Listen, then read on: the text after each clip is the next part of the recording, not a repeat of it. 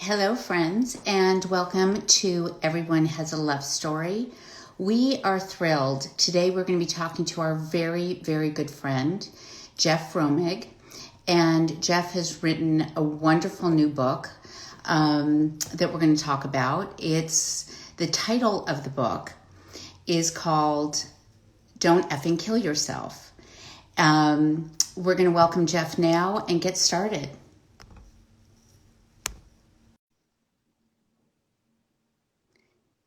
Jeff's just about to join us. There we go. Hi, Hello. Hello, my friend. how are you? I'm great. I'm great. How are you? I'm great. It is so good to see you. We have some friends joining us now, so I'm going to wave and say hello. Um, First of all, happy birthday. Thank you. Thank you for joining us on your birthday. This is huge. I thought it was appropriate. It, um, it I don't usually, think about my dad in the context of my birthday, but I probably should. So it's it's he had a makes part sense to bringing do it you today, here. right? Right, exactly. Oh my gosh, we have so many friends joining us. Hello, hello, hello, everybody. Hi, I'm going to wave everybody. at everybody.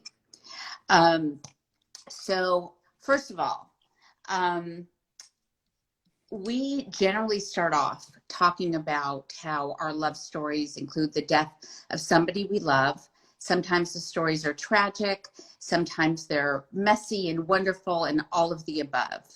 But the one thing we know is that these relationships don't die when somebody dies.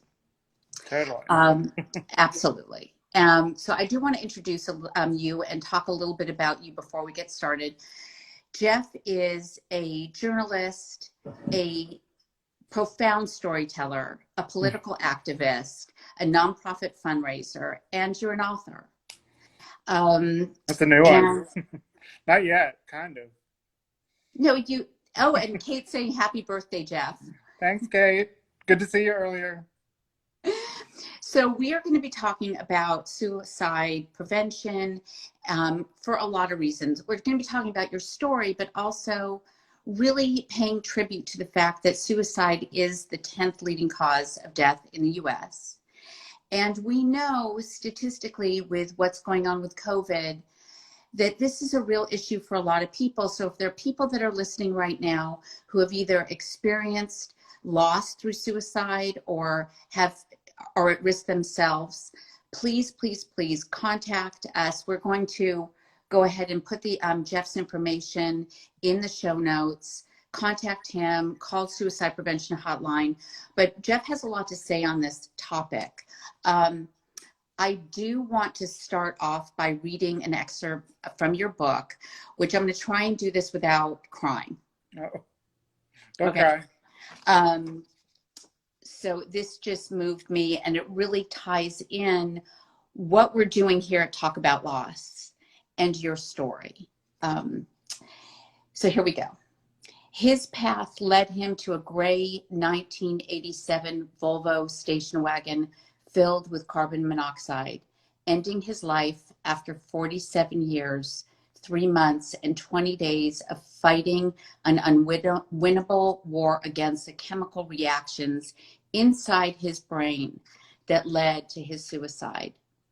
This is my take on his mind based on his final act. He was never diagnosed, but I have been. I believe our shared DNA includes intelligence, introversion, generalized anxiety, and clinical depression. I don't believe he ever knew most of these attributes existed in him because men of his generation didn't go to therapy or take antidepressants or even talk about their feelings. He never did any of these things or asked for help at all, leading up to his death early on the morning of February 24th, 1996. That's why it was all so shocking. To my knowledge, he never told anyone he was struggling until he wrote his suicide letters. Oh, man. It's a mouthful, isn't it? He knew he was intelligent. that was the one of those that he definitely knew he was intelligent, but too too smart to ask for help. I guess but that's generational more than anything else. And I'm glad Right. that in the past 25 years, the stigma on asking for help and going to therapy and taking meds for anxiety and depression has become more normalized, so that people are getting the help that they need. But the biggest thing, I think I say this somewhere in roundabout what you read, is just like, today's my 43rd birthday, and I've been treated since 2002, and it's been really hard to Yeah. to get to this, to get to 43. And so um you know I have to look at his death from lots of angles. And one of them is just with what I know about how mind works, to whatever degree I understand that. uh, you know it's amazing that without any treatment and everything staying in his head, he made it to 47. Because Right. it's just, dealing with this stuff untreated is just, I can't imagine. And it's hard to remember. I was diagnosed in 2002. There's another story that I share on my website that speaks to that. Um, but so that's almost been 20 years. Um, and you know, there were days last week when it was a struggle to get out of bed. So, Right. um, this there's not a cure for this. Like I'm also in remission from cancer, and in 2 years, if nothing goes wrong, then they're going to tell me I'm cured of cancer, right? But there's no cure for a lot of these mental health diseases. It's just figuring out how to manage it, and it's different for every person. Right. Right. And I mean, it really talks to the compassion that you must feel for your dad. The fact that on some level that he dealt with this for so many years untreated. Totally, yeah, yeah, Yeah. yeah. I also have his stubbornness, so I get that angle of it too. But yeah, no, I Mhm. definitely there's a lot more compassion as a 43-year-old than there certainly was as an 18-year-old, and in those first couple of years. But I think I can see it. I'm in a position now in my grief journey where you know it's all parts, right? Like I Right. can, in the same, you know, chapter or discussion or whatever, I can touch on, the compassion and the empathy, but also tap into, the anger and the frustration and the It's devastation all, of all that. Whereas, 25 years ago, yeah. my brain was still developing as a human, so I wasn't, I was not in the position to do that then. But, I think that's the thing about our grief journeys, which is something that grief journey wasn't a phrase that I used No. before I got involved with Kate's Club back in 2010. And, and now grief journey is definitely something that I understand more and use in relation to my life and talking about grief, more holistically as well. Right, right. Well, and also I do want to give a shout out to Kate's Club. That's where we met Absolutely. way back when you were on the board, and that It was the most dynamic group of individuals. was a good You group. all, yeah, it was incredible. It was incredible. I do want to go back and talk Yeah. about the title of your Yeah. book. Tell Yeah. us how that came about. Well, I mean, it's twofold. I mean, first, it's a real story. It's not just a grab you kind of title. Um, about 10 years ago, somebody asked me if I could say only one more thing to my dad, what would it be? And I said, "Don't fucking kill yourself." And there's it can be said in an aggressive way. It can be said in a glib way. It can be said in lots of ways. But I mean, I think it's, in my mind, it's, suicide is serious, and you know, and if that's the last thing I could say, then I would want it to be emphasized, you know, as hardcore as it could be, and that's what I would say. I think the other thing is, um, you know, I really hope that when the book comes out, it can connect with a broad group of people. I mean, I hope it can be a resource for people who who don't necessarily experience these things themselves, but have loved ones that do. Um, but I'm writing to a very specific group of people, and I'm writing to people who, you know, not only struggle with anxiety and depression, like I do, or other mental illnesses, but, you know, but people who, where that manifestation, you know, happens and turns their diseases into suicidal ideation. And you know, I believe there's a big cross section of folks that struggle in this fashion, that don't want to die. They just don't want to live the way they're living, and they're Right. looking for resources, but not necessarily like sort of the more formal medical resources. I believe they're looking for connection. And, you know, and I'll take that moment to say, like, I'm not a medical expert. This book isn't a self-help book, it's a memoir.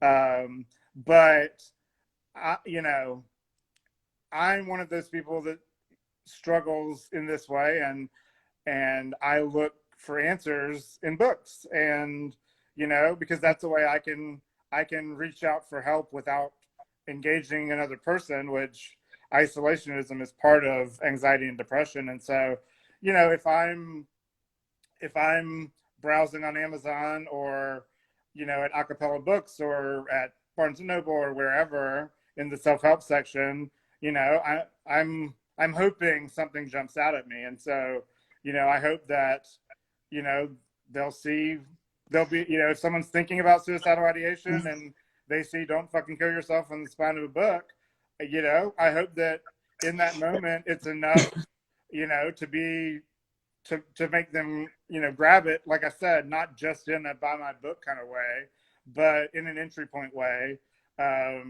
You know, my editor actually said to me, like, I'm not sure your book syncs up with your title. It's not really a memoir on, like, I was expecting it to be more like a memoir on addiction and a memoir on this and that. And I'm like, no, it's not. And it's not intended to be. It's intended to be a look at my whole life, and, you know, and being authentic with where anxiety and depression and suicidal ideation, you know, come into play. Sometimes when things are bad, sometimes when things are good.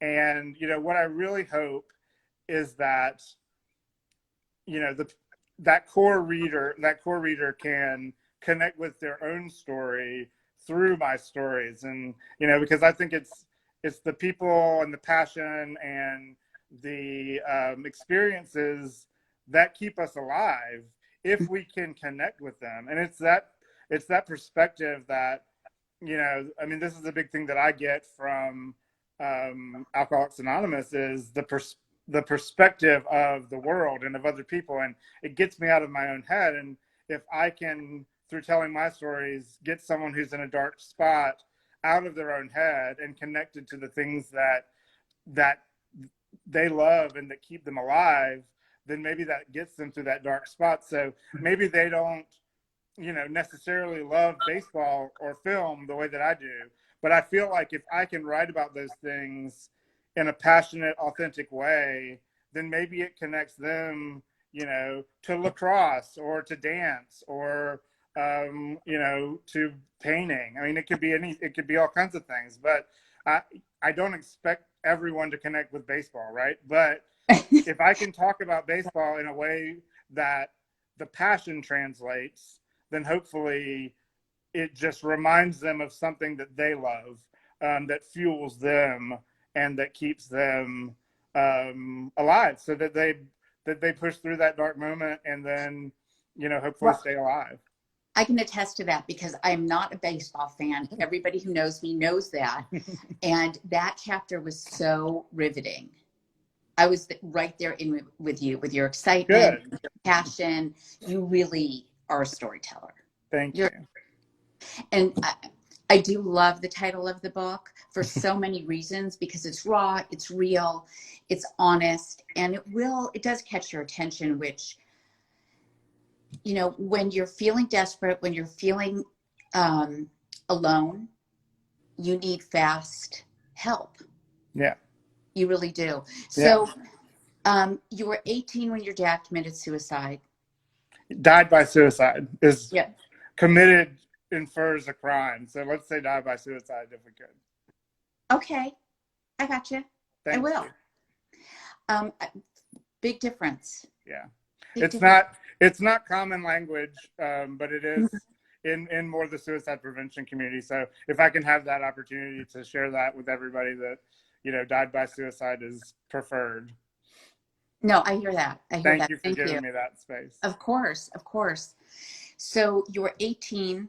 He left 3 letters. Tell me about the letters.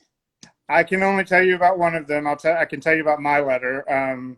He left one for my mom and my brother. I feel like I might have read those 25 years ago, but yeah, he left me a letter. It's I read it around Thanksgiving last year as I was wrapping up the writing of the first draft. And, you know, I think the biggest thing I'll say coming off of reading it as a 42-year-old, when I probably hadn't read it since I was maybe 30 or so, is just it showed me. I mean, one of the big things I've been sober for a little over 3 years, and one of the big things I've gotten from Congratulations. thank you from that is just a more understanding of gratitude and practicing gratitude. And, you know, at this point in my life, when I reread this, the thing that occurred to me, and I shared it that night at an AA meeting, is it doesn't matter anymore exactly what it says. I mean, it does, but I'm just so grateful that I have this letter and that I have this insight. It doesn't mean I agree with him. It doesn't mean, you know, that it makes, you know, that I like reading it. But, you know, so many people who lose a loved one to suicide do so without any sort of answers or insight. And so just the ability to have that is, you know, a really amazing thing that I appreciate. And I mean, in reading it this time, it was like, it was, you know, it kind of cut both ways. Because on one side, yeah, nothing I ever did was good enough, and that sort of has stuck with me for 25 years, which is unfortunate. But my anxiety doesn't help with that. But you know, the letter was very much that. Like, he told me, you know, not to be a journalist and some things like that. And, you know, you know, he wasn't obviously in a good state of mind, but he was very much himself, and he was very much reiterating the same things that he'd said to me, you know, for years. And which in retrospect is how I know that he never talked about anything with anybody, because his tune didn't change. Like, he didn't have any perspective on his own thoughts because he wasn't sharing them with anybody. And even the act of speaking our thoughts out loud and hearing ourselves gives us insight that keeping those thoughts inside of our head, we don't get, right? And so it was very much like there's a set of things he said that was just the things he said all the time, and he turned out to be wrong on some of them. You know, he said, if you don't go about college like more disciplined, then you're going to have a hard time. If I think he said something like, you're going to have a hard time if you only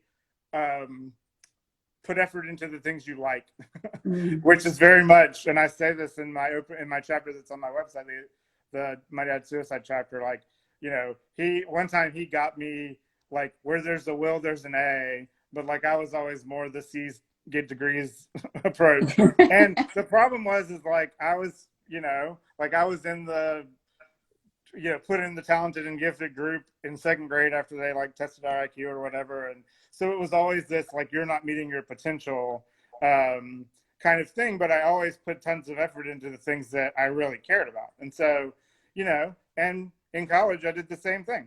And I did really well in journalism and political science. And I did fine in other things and got my credits and graduated, So, his projection didn't really play out. But the flip side of that is, if I had had the discipline that he had in so many ways, like, I could see where a lot of things in my life would be better.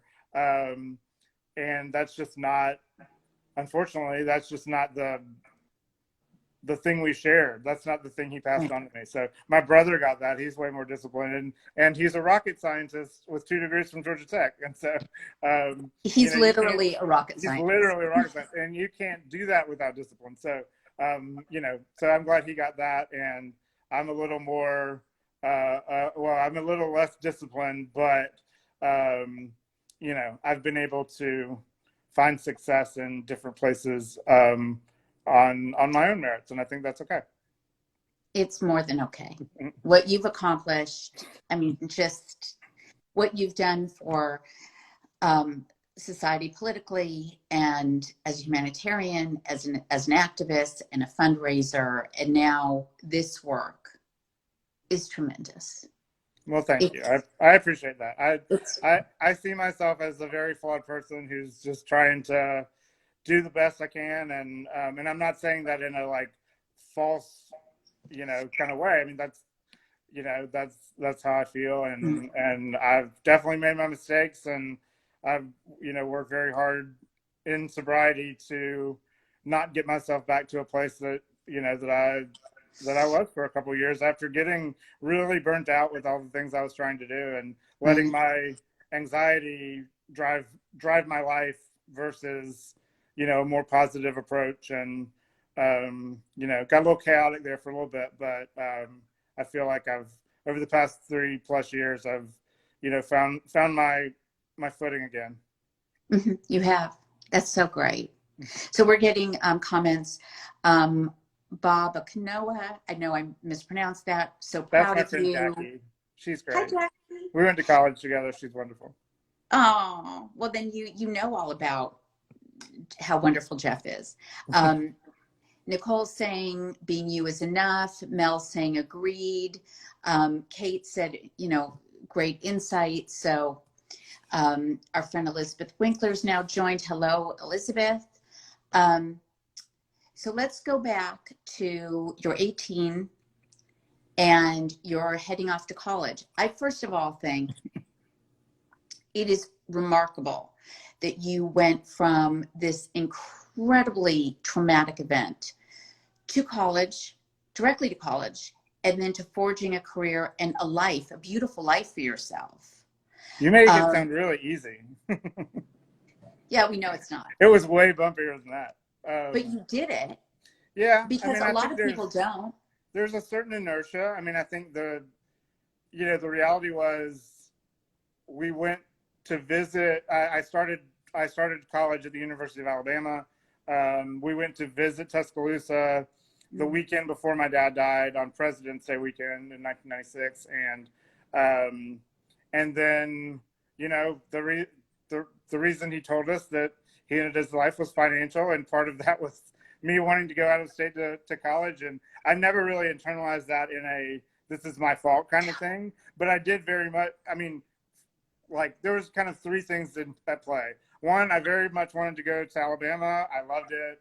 It was this picturesque sort of SEC school around a grassy quad with a great journalism program, and so I very much wanted to go there. I very much was ready to leave Columbia, and I think third, like, that was the last thing he knew, and I didn't want to not follow through with that because of fear or grief or anything. And so, I stuck to my plans, and never really at that point, through those 6 months, because the 6-month anniversary was like the second week I was in Tuscaloosa, and so in August, and so it never really occurred to me not to do it. But I transferred back home to Columbia after my sophomore year. And so I felt like, I got what I wanted in Tuscaloosa, and really felt like I got to a point where I wanted to come back to Columbia. I wanted to be closer to my family.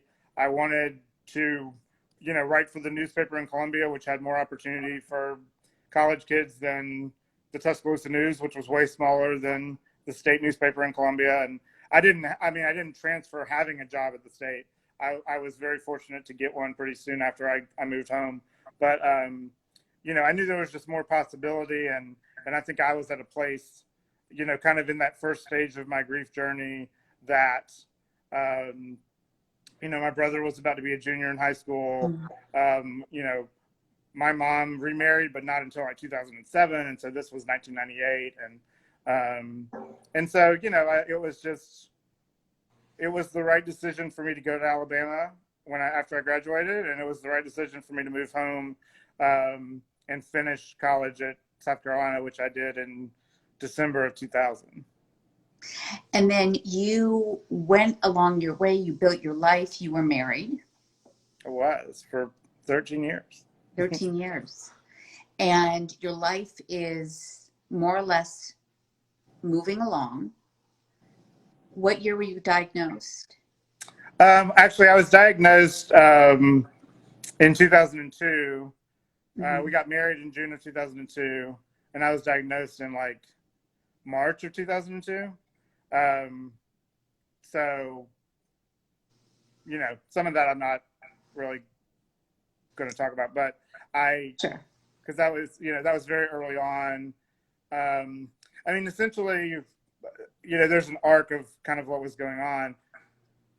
Now I can look back all the way back to middle school and know that like I had anxiety and depression since I was a early teen, preteen. I just didn't know what that was. I didn't know what those words were. I didn't go to therapy. I wasn't medicated. I didn't know any of that stuff. No one talked about it. No one talked about it. I think one of my teachers suggested I should, like, I had ADHD, and like I just remember my mom getting mad at that. but otherwise, I don't remember anything about medicine or any real discussion about that. In the mid 90s, that just wasn't as much a thing as it has become, for better or for worse. But after September 11th,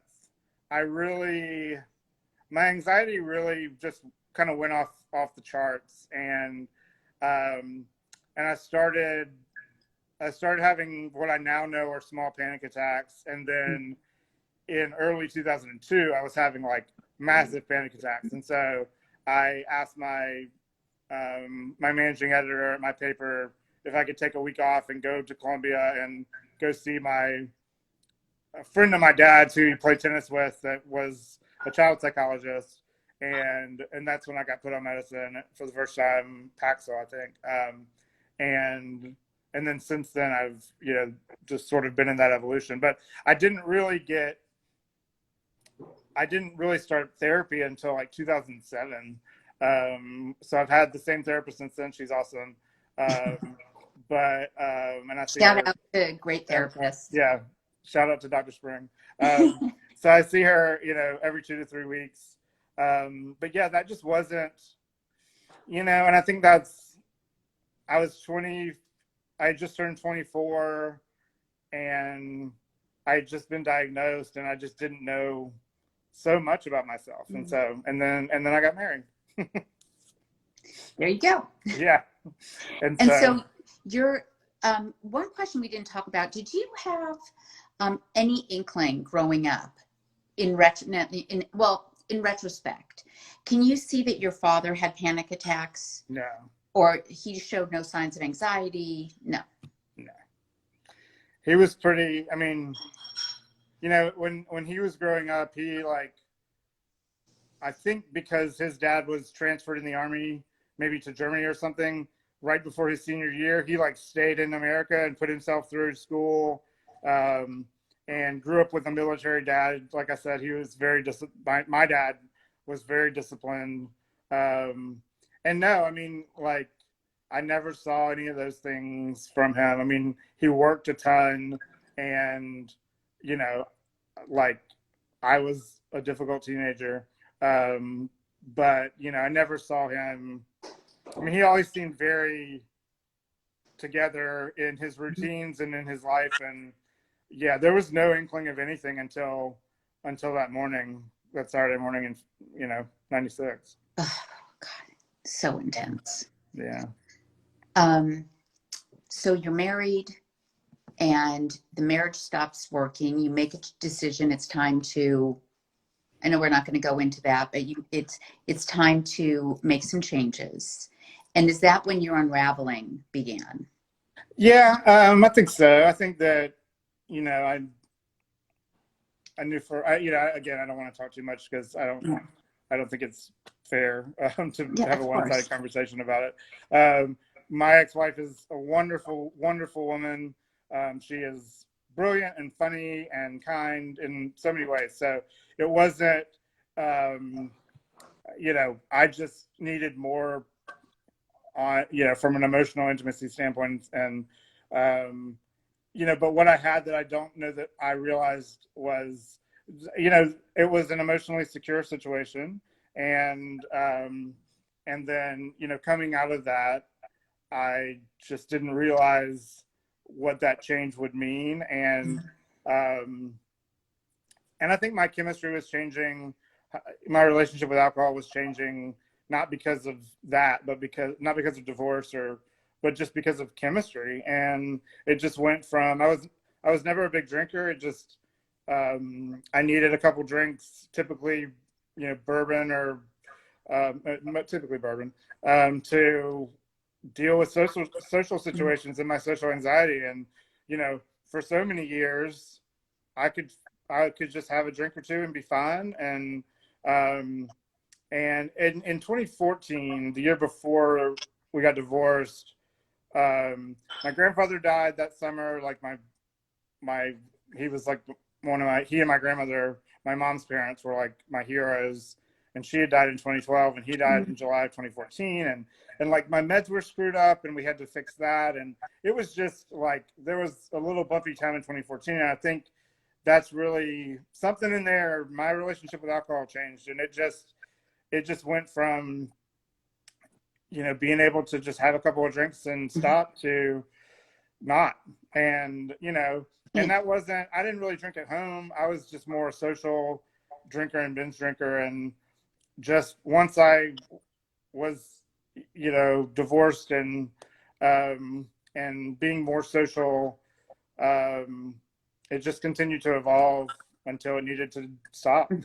So And we know from a data standpoint that um, additional losses after the first loss, many, many times send us to a much darker place. yeah, Um, and it's the compounded loss. So yeah, you have family members that you love so much, the loss of a very stable relationship, although it wasn't, you know, the marriage was not the thing. It was the stability of a partner, I'm sure. And we talked a little bit about that. It sends us for a loop. yeah, And for I've talked sure. about this. I mean, I did a lot of work between my parents' deaths when I was 15 and 16 and was really doing great until my son died 25 years later. And that knocked me on my knees. Yeah, And at that point, I'm and sorry. I don't think you, at that point, I don't really talk about this often, this part of it that often, but it's you, so I will. Um, I was really angry that I didn't feel like I had the option to kill myself. Now, I'm glad that I had so many people around me. It was literally like suicide watch constantly. And everyone was just afraid for me. And I felt so frustrated that I didn't have that opportunity. Um, and whether that's my own constant guilt going or needing to be the caretaker for everybody or just to be angry at something. Mm-hmm. But it was really that loss that kicked my booty big time. So you realize that the alcohol situation is out of control. Now, the reason that Jeff and Talk About Loss reconnected. We haven't talked to each other for a while. Hi, Jen. My friend Jen just joined. Hi, Jen. So it's been, what was it, 22 years since your dad had died. And at that point. In 2015, or I'm doing math wrong. 2017, yeah. Okay. And you are having a bottom when it comes to alcoholism. Yeah. And you decide to get sober. Yeah. How does that happen? How do you decide to get sober? Was it your own thoughts of suicide that brought you into the doors of AA? Or... I mean, it was a combination of things, and it had been building for a while. And, you know, I had some people who liked me and some people who didn't like me so much give me feedback about the person that I had become. And even though they all didn't know that the through line was alcohol, I did. And, you know, alcoholics try to hide that. And I did. And, you know, and for me, I just got to a place where, you know, I just felt like over, you know, 2016, 2017, as my drinking ramped up and changed, even when there wasn't alcohol in my blood, the person that I knew I was and wanted to be, and the person that I was being on a day-to-day basis were just really disconnected. And, you know, and I just wasn't willing to be that person anymore. And so I went to my best friend from college and college roommate, got sober in 2001. And so I called him and said, you know, I don't drink every day. I don't really even drink at home by myself, but, you know, I'm not happy with who I've become, and drinking is a through line. And, you know, I'd love to talk to you about it, maybe go to a meeting.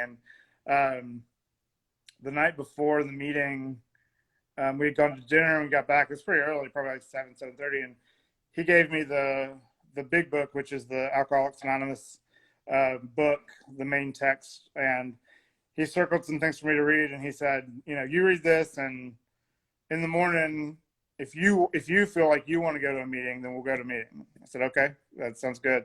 And as soon as I started reading it, I mean, I started seeing parallels. I saw differences too, but, you know, it's the similarities that matter, not the differences. And, you know, when we went to the meeting the next morning, he kind of teed up the topic to the group. It was probably a group of about 15, 16 people. And he said, you know, this is my buddy's first meeting. What would you tell a newcomer? And I mean, it felt like this meeting was divinely designed to send me back to, you know, drinking bourbon, because it was like, you know, 12 DUIs, prison sentences, all these things that were just so far away from my experience. And, you know, but I think I saw through it and just decided I didn't want to do this. I didn't want to keep building my resume. A problem that I had was, you know, drinking and driving, and I luckily never got a DUI, never got in a wreck.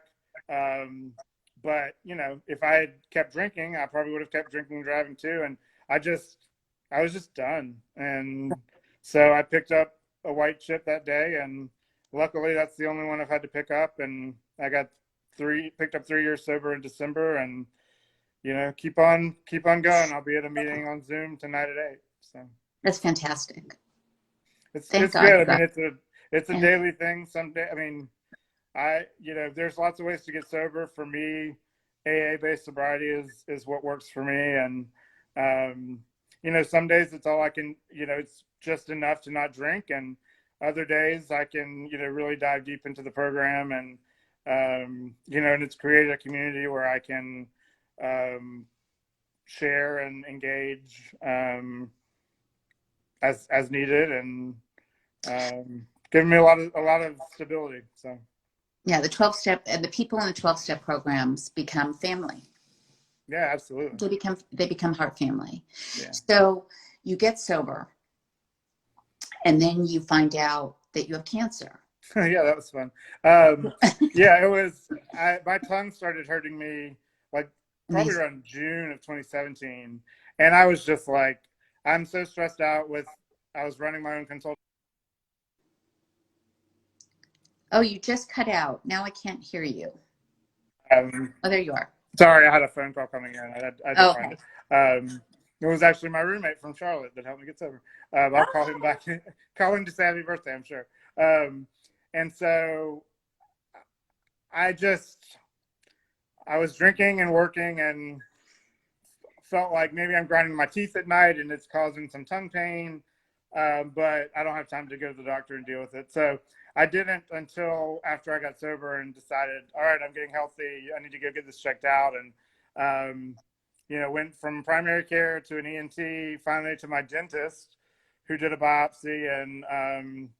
And yeah, the Tuesday before my 90 days sober, I got a call at the end of the day at work from my dentist saying that it was cancer. But that was the moment that I knew that the craving for alcohol was gone, because I didn't want to go to a bar. I wanted to go to a meeting, and I went straight from my office to a meeting that at a place called the Triangle Club over on Piedmont that's not far from my office. And and then just settled into this idea that I had cancer too. Luckily for me, I call it JV cancer. I didn't have to have chemo or radiation. I had surgery. They cut part of my tongue off, which is fine at this point. Like, it doesn't affect my speech anymore. It did for a little while. The biggest thing they did was they cut my neck to take out lymph nodes to make sure it hadn't spread. And so since then, I have a beard more than I don't, which I never had a beard before. But I like it.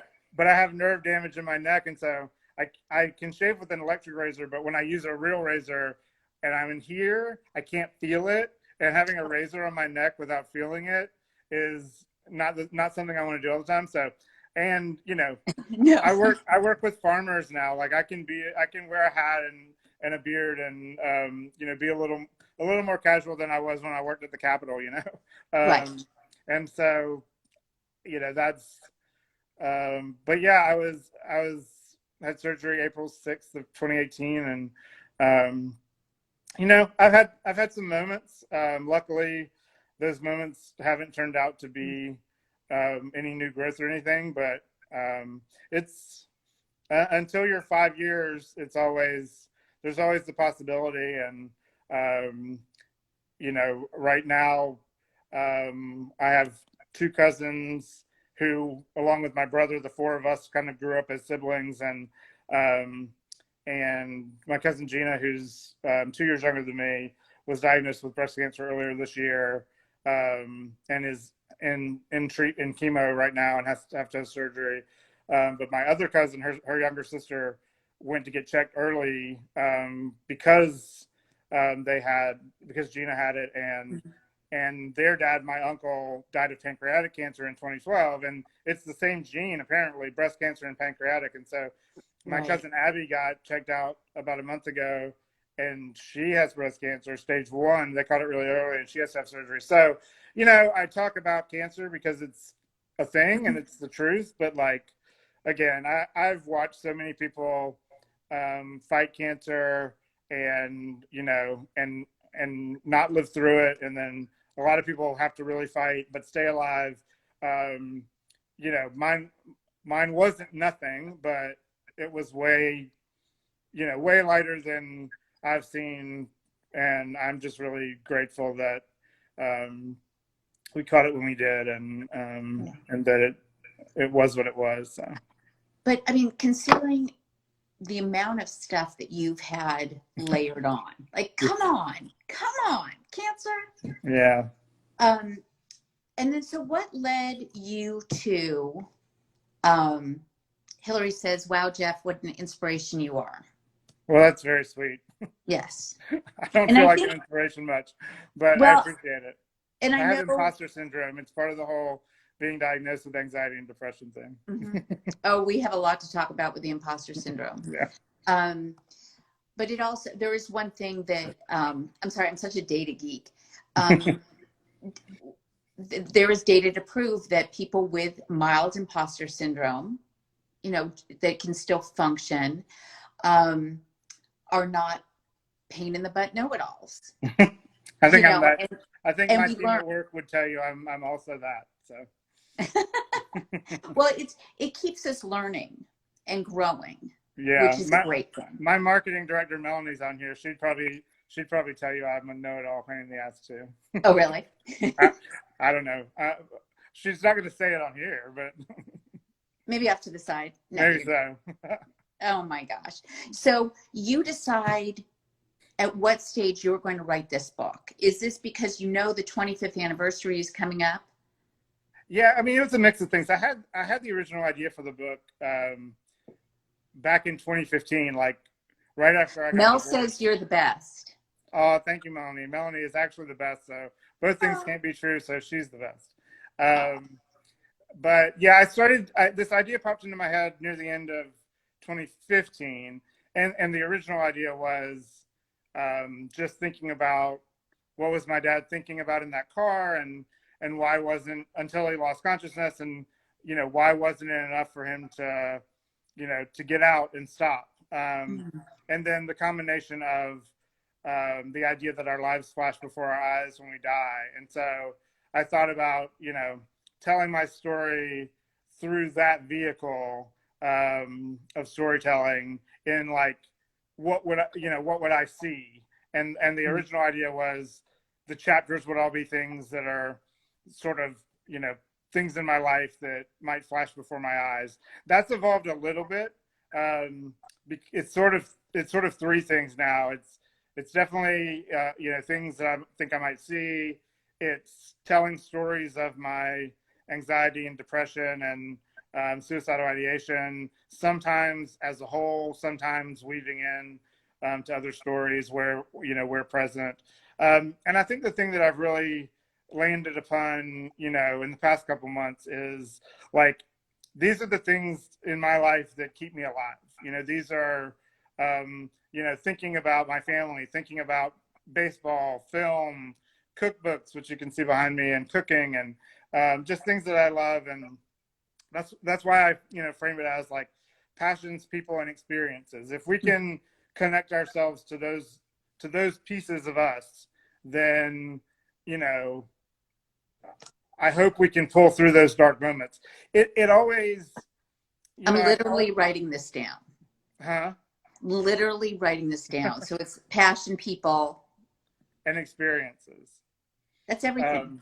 And well, thank you. Over the years, I mean, I've done. I was in the Board of Kids Club doing grief journey work there, and I was in the advisory board of Georgia's chapter of American Foundation for Suicide Prevention, and I always tried to be vocal online about mental health related things, and saying like, if you things like reach out to your people if you haven't heard from them, or if you're hurting, reach out to people. But it's so tricky on both sides that yep. I think there's a tool belt, and I think those are tools, but they're not panaceas. And and I do think it's about what do you do in those moments where you are totally alone, mm-hmm. and how do you pull yourself through? And I think it's about perspective and connection, but in a way that you can do it yourself. And not to say that it always has to be. Again, it's a tool in the tool belt. I can't do all of this by myself. I need to engage with people, both reaching out to them and having them reach out to me. But I know that, like, when I'm at my darkest, I'm not necessarily going to reach out. Right. But it's that perspective that can pull me through. And I mean, sometimes that's pop culture. It's music. It's film. It's reading, because those things give us perspective and they change our thought patterns.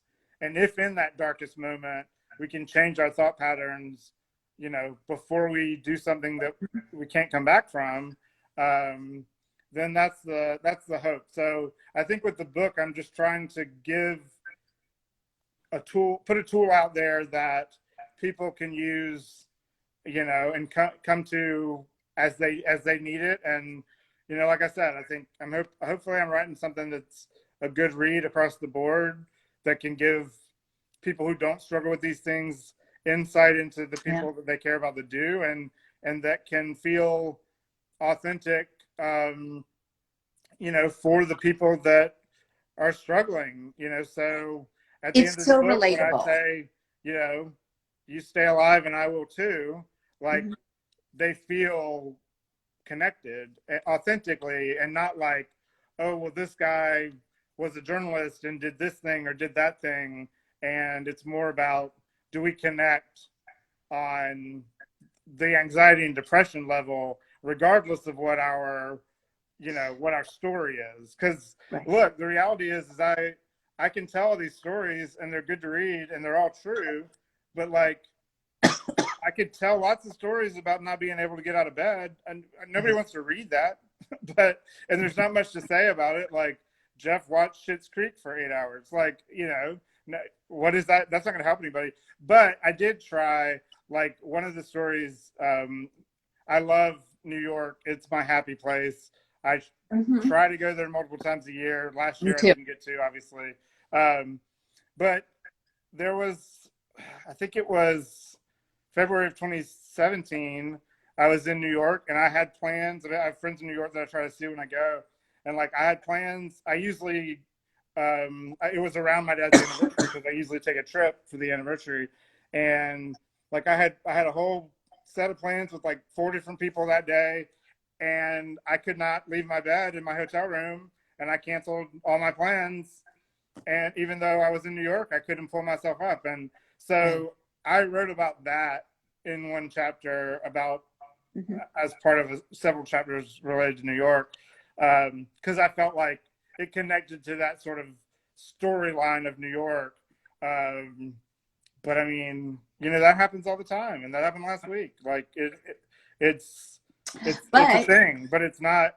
you're But that not. doesn't mean that we can't fight through that and still accomplish things that if we, and that's what we forget, because we think that the times that we're paralyzed with depression or chaotic with anxiety, it makes it feel like that's everything, and we lose perspective Mhm. on our people, our passions, and our experiences.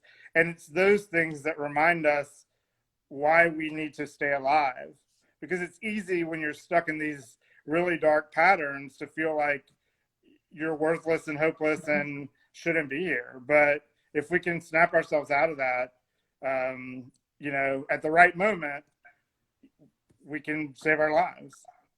Absolutely. I believe, not as a medical expert. Disclaimer. Disclaimer. Well, I just want to tell you, I am so excited for your book to come out. Have you read the book Lost Connections? I haven't. I think you would love it. And I'll check it out. I think your book reminded me a bit about, obviously, how important it is to feel connected to people. Mm-hmm. And to have that understanding.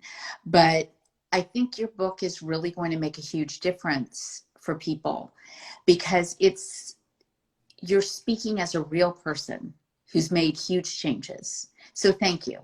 Well, I appreciate you saying that. I think, there's one thing that I say in the book, and it's, I don't go into details on my mistakes, not because I'm afraid of talking about them, because I'll talk about them, but more so because I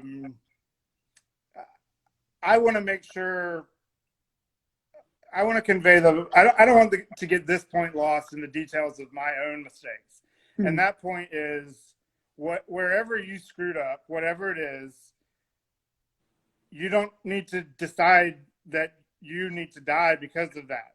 Mm-hmm. You don't need to be judge, jury, and executioner, because when you deal with these diseases, like, I may think something that I screwed up is worth dying over, and then I tell it to you, and you're like, I did that last week. It's not a big deal, you know?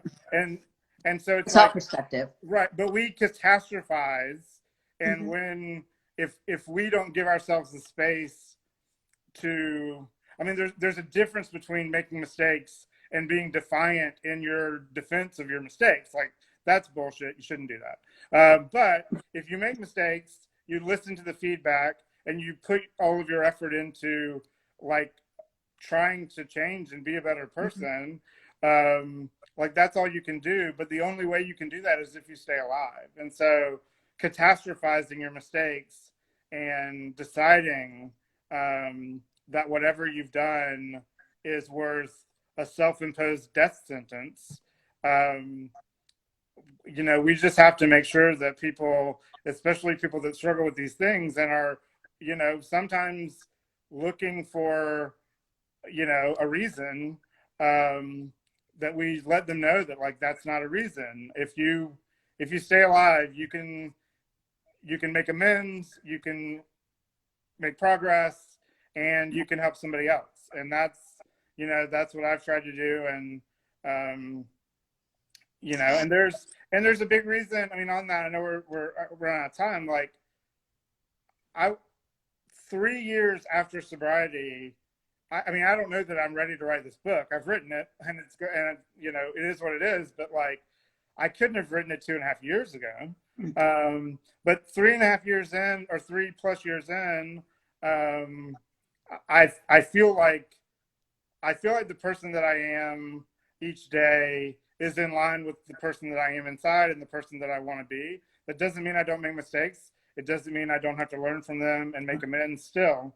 But, you know, I feel like I'm in a position of stability emotionally that I wasn't in active alcoholism, to where, you know, I can hopefully deliver some of these messages in an effective way.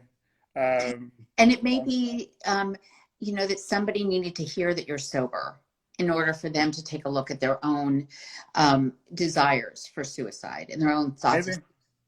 We have no idea how this book is going to impact people along the way. That's, you know, really out of your hands. Yeah, I just got to put it out there. And I Right.